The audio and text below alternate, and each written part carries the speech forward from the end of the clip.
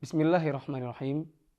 Kaum muslimin yang dirahmati Allah Subhanahu wa taala, bayangkan apabila suatu hari kita pergi safar lalu kemudian menginap di hotel.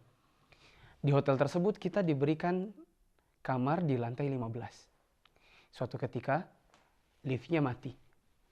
Manakala lift mati, mau tidak mau kita harus naik ke atas ke lantai 15 dengan cara menaiki tangga.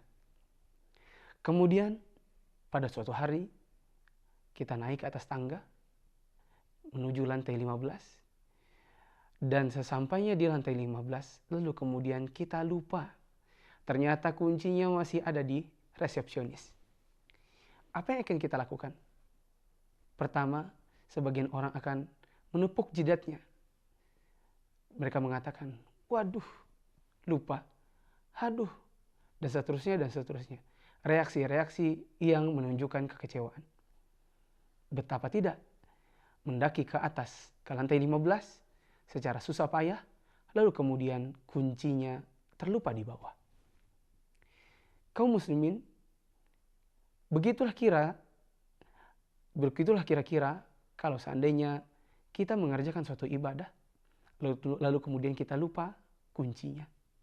Di mana ibadah yang telah kita lakukan dengan susah payah, lalu kemudian ternyata kita kelupaan kuncinya, hingga usaha yang kita lakukan ketika bersusah payah mengerjakan ibadah tersebut, lalu kemudian sia-sia saja.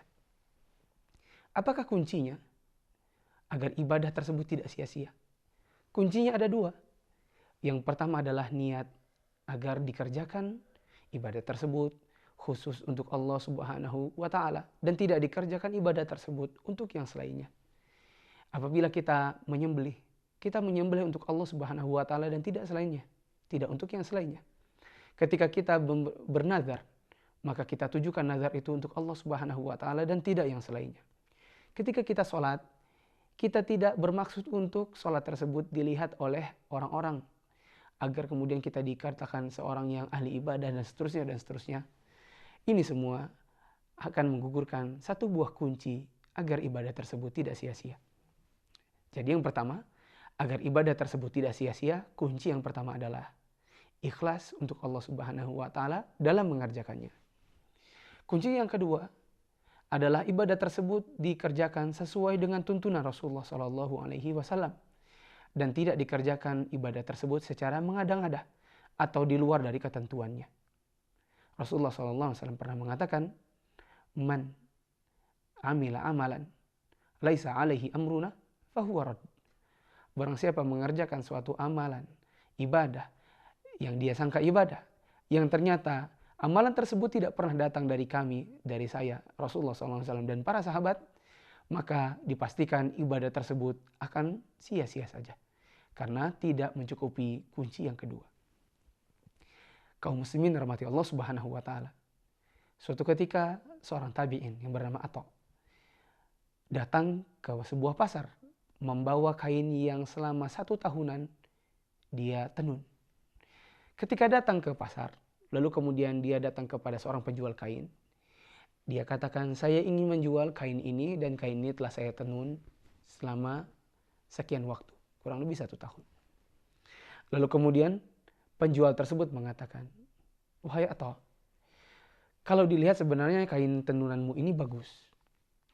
Hanya saja ada aibnya. Jadi maaf saya tidak bisa beli kain ini.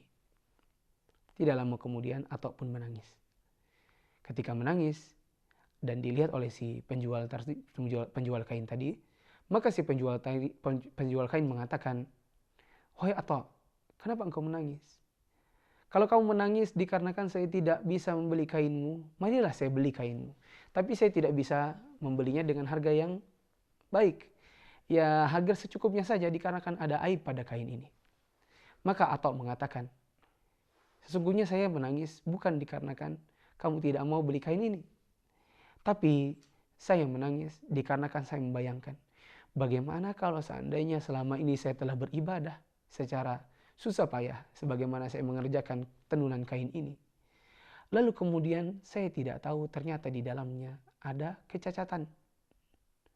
Maka ibadah yang saya kerjakan pasti oleh Allah Subhanahu wa taala tidak akan diterimanya. Inilah ibadah yang kehilangan kunci-kunci agar ibadah tersebut tidak sia-sia. Ini yang dapat kami sampaikan.